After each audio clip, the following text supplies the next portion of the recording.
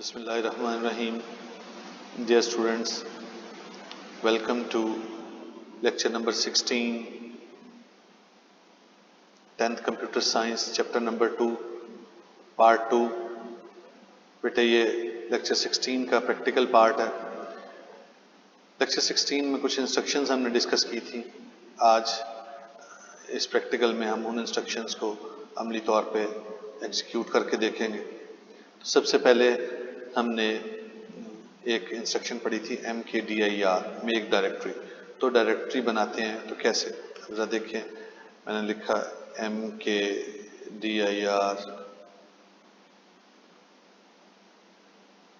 mkdir और मैंने directory का नाम रखा पाक।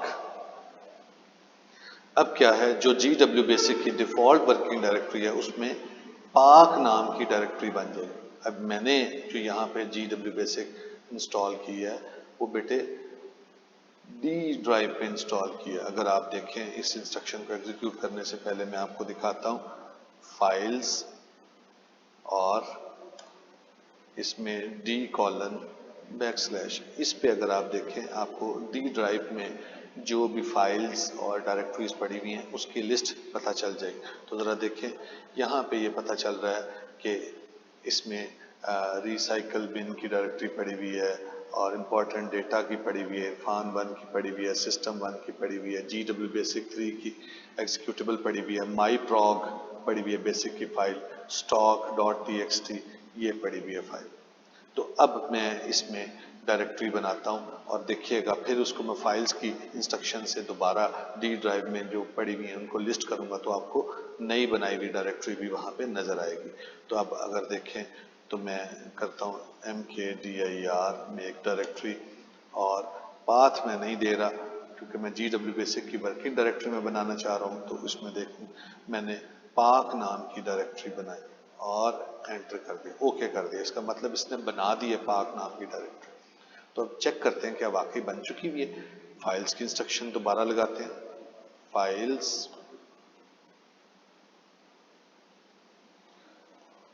D:\\। अब जरा डी ड्राइव पे जो पड़ी हुई है फाइल्स तो देखें। अब यहाँ पे आप देखें आपको पाक नाम की डायरेक्टरी भी इरफान 1 के बाद नज़र आ रही होगी कि ये बन गई। तो ये डायरेक्टरी बनाने के लिए इंस्ट्रक्शन थी। अब आपको नज़र आ रहा होगा कि जैसे ये डायरेक्टरी बन चुकी हुई है पाक नाम की। अब इस डायरेक्टरी को मैं रिमूव करता हूँ तो इसके लिए RMDIR रिमूव डायरेक्टरी की इंस्ट्रक्शन। तो रिमूव डायरेक्टरी की इंस्ट्रक्शन हम कैसे अप्लाई करेंगे, देखें CLS किया, स्क्रीन को क्लियर किया। अब मैं आपको दिखा रहा हूँ दोबारा से, फाइल्स डी ड्राइव के कंटेंट्स दिखा रहा हूँ। तो ज़रा देखें ये, अब देखें यहाँ पे मैं रिमूव डायरेक्टरी की इंस्ट्रक्शन देता हूँ और डायरेक्टरी कैसे रिमूव होगी। आपको यहाँ पे सबसे टॉप लाइन में आखिरी नंबर पे पाक की डायरेक्टरी नज़र आ रही है।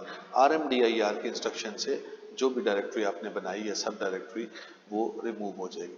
तो RMDIR क्या नाम था इसका, पाक, और एंटर कर दिया, ओके। अब देखिए पाक नाम की डायरेक्टरी इसमें से डिलीट होगी। चेक करते हैं क्या वाकई खत्म हो गई है। Files D:\\। तो आप जरा देखें, अब आपको नीचे अब डी ड्राइव की जो इसकी फाइल्स और डायरेक्टरीज की लिस्ट है जिसमें वो डिस्प्ले किया है उसमें पाक नाम की डायरेक्टरी नज़र नहीं आ रही। अब मैं फर्ज किया RMDIR करता हूँ और नाम मैंने दे दिया पाक का कि क्या पाक नाम की डायरेक्टरी वाकई डिलीट हो गई है। इससे हम डबल चेक कर देते हैं, वहाँ पे तो अब नज़र नहीं आ रही। तो एंटर करूँगा तो उसने कह दिया पाथ नॉट फाउंड, क्योंकि ये डायरेक्टरी मौजूद ही नहीं है इसलिए उसने ये कहा कि पाथ नॉट फाउंड, कि ये मेरे इस डायरेक्टरी का पाथ नहीं मिला कि जो रिमूव करनी थी। CLS से स्क्रीन क्लियर की। अब हम देखते हैं कि फाइल को रीनेम करने के लिए इंस्ट्रक्शन। तो बेटे फाइल को रीनेम हम कैसे करेंगे उसमें अब देखते हैं कि मैंने एक फ़ाइल बनाई थी माई प्रॉग। फाइल्स में आप देखें D:\\, इसमें आपको नजर आ रही होगी myprog.bs, ठीक है। तो इसको आप रीनेम हम कर लेते हैं, तो इसका नाम बदलते हैं। तो देखें, मैंने इंस्ट्रक्शन दी नेम के बाद जिस फाइल को मैंने रीनेम करना है, चूंकि मैं GW बेसिक की करंट वर्किंग डायरेक्टरी में काम कर रहा हूँ, इसलिए मैं पाथ नहीं पूरा दे रहा, सिंपली मैं फाइल्स का नाम ही लिख रहा हूँ और उसको इस्तेमाल कर रहा हूँ। इस वजह से वो चूंकि इसकी डिफ़ॉल्ट वर्किंग डायरेक्टरी है, मुझे पाथ देने की कोई ज़रूरत नहीं। किसी और लोकेशन पर पड़ी होती तो मुझे मुकम्मल पाथ देना पड़ना था। तो अब मैं myprog जो बेसिक का प्रोग्राम है, इस प्रोग्राम को मैं इसका नाम चेंज करना चाहता हूँ इस फाइल का। तो myprog.bs, इसको क्या नाम देना चाहता हूँ, एज न्यू नेम। इसका नया नाम मैं रखना चाहता हूँ practical.bas, इसका नाम मैं प्रैक्टिकल रखना चाहता हूँ। एंटर कर दिया। अब देखिए बैड फाइल नेम, क्योंकि प्रैक्टिकल को उसने नाम के तौर पे कबूल नहीं किया। अच्छा, इसका नाम और चेंज करके देखते हैं, myprog.bs एज, इसका नाम मैंने रखा myfile.bas। तो अब जरा देखें, एंटर कर दिया, ओके कर दिया।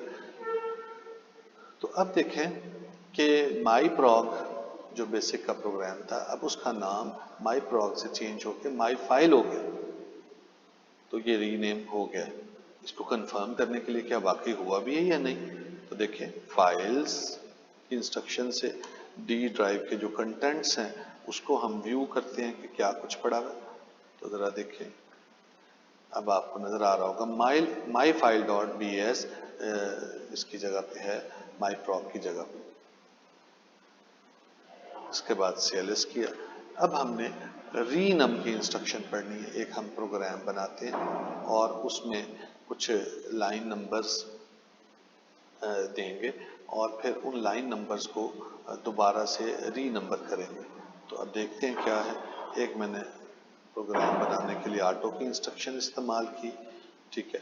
ऑटो से जैसे आपने देखा होगा कि 10, 20, 30, 40 के हिसाब से लाइन नंबर जनरेट होते हैं अगर सिंपल में ऑटो करो। वैसे इसके अलावा मैं अपनी मर्जी का स्टार्टिंग लाइन नंबर भी दे सकता हूँ और अपनी मर्जी का इंक्रीमेंट भी दे सकता हूँ। ये भी हम ऑलरेडी प्रैक्टिकल में डिस्कस कर चुके हुए। तो अब जरा देखें कि ऑटो में मैं एक प्रोग्राम लिखता हूँ, print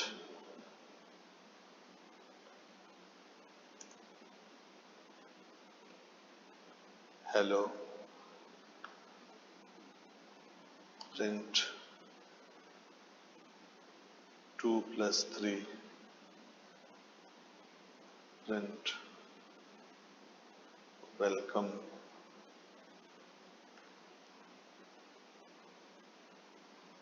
print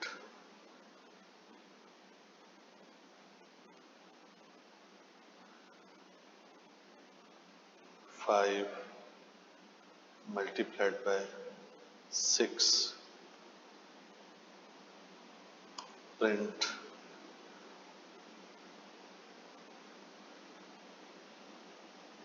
this is line 50,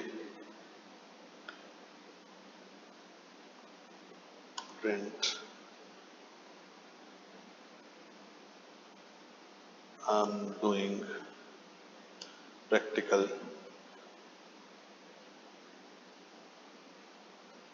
line number 70 पे एंड।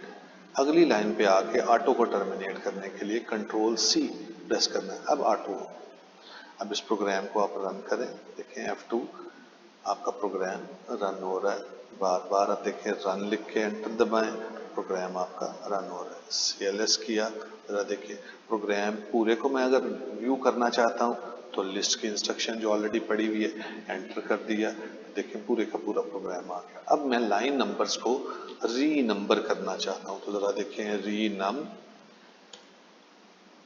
कैसे।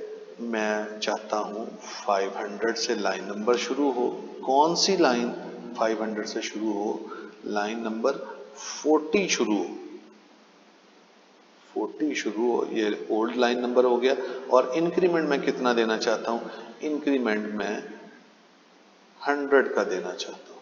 एंटर कर दिया तो अब जरा देखें उसने लाइन नंबर चेंज कर दिया। अब लिस्ट करके देखें क्या होगा। अब जरा देखें लाइन 10, 20, 30 उसी तरह से रहा। 40 लाइन का नंबर चेंज हो गया, वो 500 बन गया। और फिर 100 का इंक्रीमेंट आगे लाइन नंबर में इजाफा 100 का होना शुरू हो गया।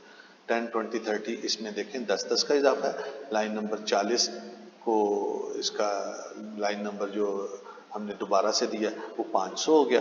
और 100 के इजाफे से अगले लाइन नंबर सारे हो गए। 500 के बाद 600, 700, 800 इस तरह से री नंबर हमने कर दिया लाइन नंबर्स को। इसके बाद देखें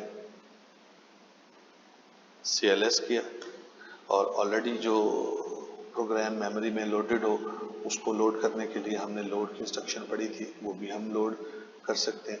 तो ज़रा देखें पहले मैंने अब जो प्रोग्राम बनाया इसको मेमोरी से निकालता हूँ। न्यू लिखा, एंटर कर दिया। अब ये प्रोग्राम मेमोरी में नहीं रहा, मेमोरी हमारी फ्री हो गई। अब मैं रन कर रहा हूँ, देखें कुछ भी आउटपुट नहीं आ रहा। CLS किया। अब प्रोग्राम मैं लोड करना चाहता हूँ तो लोड, मैंने प्रोग्राम बनाया था माई प्रॉग, लेकिन याद होगा मैंने उस प्रोग्राम का नाम जो है वो चेंज कर दिया था, माई फाइल कर दिया था। तो माई फाइल डॉट BAS, ये GW बेसिक की डिफॉल्ट वर्किंग डायरेक्टरी में डी ड्राइव पे पड़ा हुआ है। एंटर कर दिया, ओके। इसका मतलब इसको ये फाइल मिल गई और इसने मेमोरी में लोड कर दी। अब रन करें, देखें ये मैंने प्रोग्राम जो है इसको पहले लिस्ट करके देख लेते हैं कि प्रोग्राम में है क्या। तो देखें लिस्ट करें, ये देखें ये सबसे पहला प्रोग्राम जो ऑलरेडी पिछले प्रैक्टिकल्स में भी कर चुके हैं। तो ये वही प्रोग्राम हमारे सामने आ गया। इसको रन करें। अब चूंकि ये मेमोरी में रन किया तो ये रन हो रहा है। F2 की प्रेस कर रहा हूँ तो देखें इस तरह से ये रन हो रहा है। CLS किया, स्क्रीन क्लियर हो। उम्मीद है बच्चों आपको ये जो इंस्ट्रक्शंस आज हमने पढ़ी हैं इन इंस्ट्रक्शंस के बारे में पता चल गया होगा। बाकी ये कि ऑटो से जैसे एक उसका वेरिएंट रह गया, वो दोबारा से फिर मैं बता दूंगा। चूँकि आज हमने ऑटो को डिस्कस किया तो दोबारा से ऑटो का मैं बता देता हूँ वेरिएंट। ऑटो से लाइन नंबर देखें 10, 20 ऑलरेडी अब देखें प्रोग्राम मेमोरी में था तो यहाँ पे देखें मैंने नया प्रोग्राम लिखना तो 10 के साथ स्टैरिक आ गया। तो ये इंडिकेट कर रहा है कि ऑलरेडी ये लाइन नंबर इन यूज है। ये दानिस्ता मैंने इस तरह से किया है ताकि आपको अंदाजा हो सके कि अगर ऑलरेडी कोई प्रोग्राम इन यूज हो, मेमोरी में लोडेड हो, आप नया प्रोग्राम लिखने की कोशिश करेंगे तो पुराने लाइन नंबर्स को जो है अगर वो ऑलरेडी यूज में होंगे तो वो हमें स्टैरिक का निशान लगा के बता देगा। देखें एंटर किया, 20 भी इन यूज, 30 देखें 30 भी इन यूज है। देखिए 40 यूज में नहीं, क्योंकि पिछला प्रोग्राम उसमें 3 इंस्ट्रक्शंस थी, 10, 20, 30, 40 इस तरह से होगा। ठीक है, तो कंट्रोल C मैंने ऑटो को टर्मिनेट करने के लिए कर लिया। अब देखिए न्यू की इंस्ट्रक्शन लगाई। ठीक है, तो अब प्रोग्राम मेमोरी से पुराना वो अनलोड हो गया, मेमोरी से निकल गया। नया प्रोग्राम जो भी हम लिखेंगे वो मेमोरी में आ जाएगा। अब देखें लिखते हैं जी ऑटो, तो अब देखें लाइन नंबर 10, 20, 30, 40 इस तरह से चल रहा है। इस तरह से लाइन नंबर खुद ब खुद आगे चलते जाएंगे और आगे इंस्ट्रक्शंस आप कुछ लिख लेंगे। तो वो मैं सिर्फ अभी लाइन नंबर्स को डिस्कस कर रहा हूँ, इसके साथ कंट्रोल C से ऑटो टर्मिनेट होगी। अब देखें अगर मैंने लाइन नंबर्स 10, 20, 30 के अलावा कुछ देने तो फिर क्या होगा। CLS किया, देखिए ऑटो मैं लाइन नंबर देना चाह रहा हूँ 500 और इंक्रीमेंट में देना चाह रहा हूँ 100 का। ठीक है, तो अब लाइन नंबर्स कहाँ से शुरू होंगे, देखिए 500, 600, 700, 800 इस तरह से ये भी ऑटो का वेरिएंट है। और याद रहे कि जब प्रोग्राम एंड हो जाएगा तो आखिरी प्रोग्राम स्टेटमेंट के बाद आपने एंटर प्रेस करना है, अगली लाइन नंबर पे आके फिर कंट्रोल C प्रेस करना है। वरना जिस लाइन पे आप मौजूद हैं, जैसे 1600 ये लाइन नंबर है, इस पे मैं कंट्रोल C प्रेस करूंगा तो ये देखिएगा जो 1600 लाइन नंबर ये मेमोरी में सेव नहीं होती। ये बात आपके ज़हन में होनी चाहिए। CLS कर दिया, स्क्रीन क्लियर की। उम्मीद है कि आज का लेक्चर आपको हर तरह से वाज़ेह हो गया होगा। किसी किस्म का अगर इशू हो तो आप अपने मुतल्लिका टीचर से रब्ता कर लें। अल्लाह हाफिज़।